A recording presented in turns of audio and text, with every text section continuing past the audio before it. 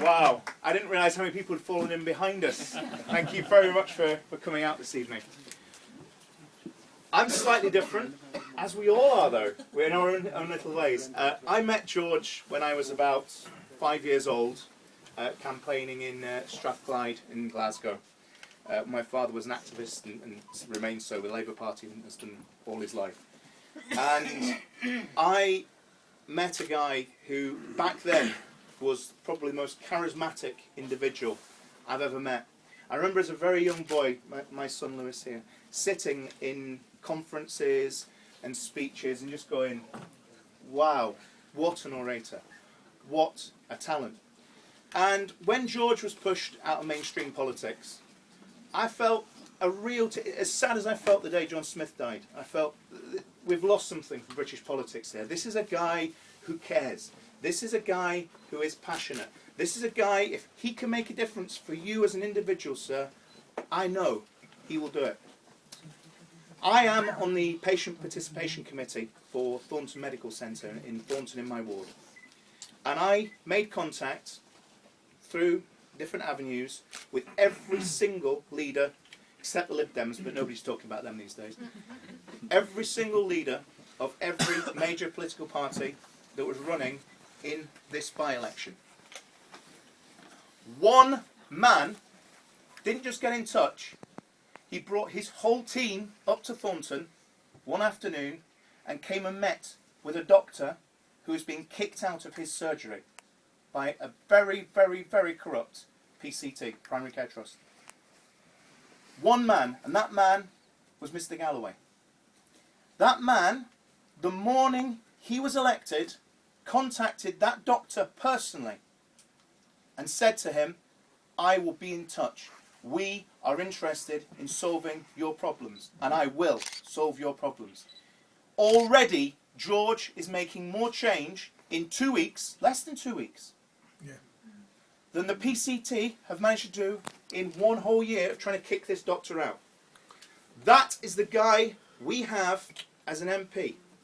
Yes, he is a lone voice. Yes, he is a lone voice, and you'll hear this.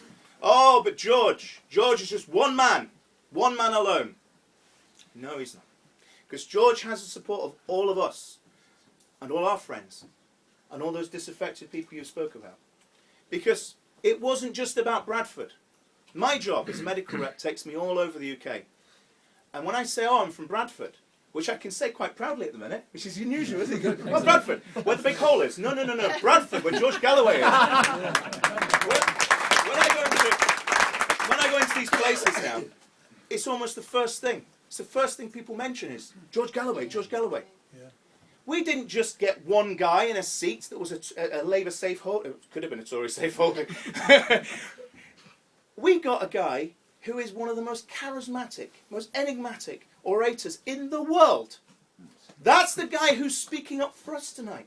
Yeah. And he will continue to do that emphatically for the next 4 years and more if we're able to give him change in City Hall. It's disappointing we couldn't have got more than 12. But believe me, if we can get us 12 in there, in City Hall, on the 4th, what will happen will be massive, massive change. And it won't just be people in Bradford going, oh look, it said in the paper there were 12 people come from some party called RES. No.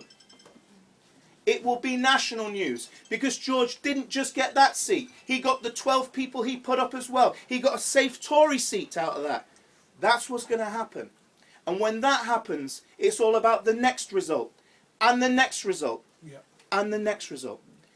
Believe me, if we manage to get all 12 candidates in on this campaign, and it's not about my campaign, and it's not about your campaign or yours, it's all of us as one team. This is something the Labour Party haven't managed to do. And let's not forget, the Labour Party was founded in this very, very city by people who were feeling that they weren't represented.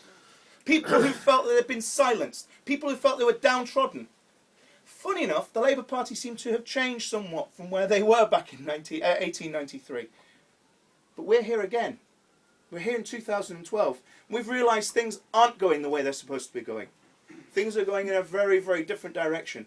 The Odeon Cinema, as you quite correctly noted, has been they put a facade up there to demolish that quietly behind all our backs. I thought it was put up for the nice water show we had in town a few weeks ago. But no. It's so it can be pulled down behind closed doors. And now all of a sudden, as we say, we've managed to effect a change that the leader now thinks, oh no, the Odeon, it must stay. It's time for change.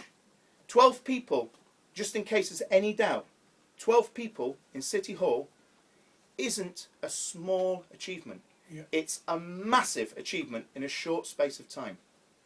But if this community can accept George Galloway, as they have done, as your brother, and push him by a ridiculous landslide into power, this community can carry 12 people into power in that council. Next time, 40. Next time, 40. And the rest of it, the other 28.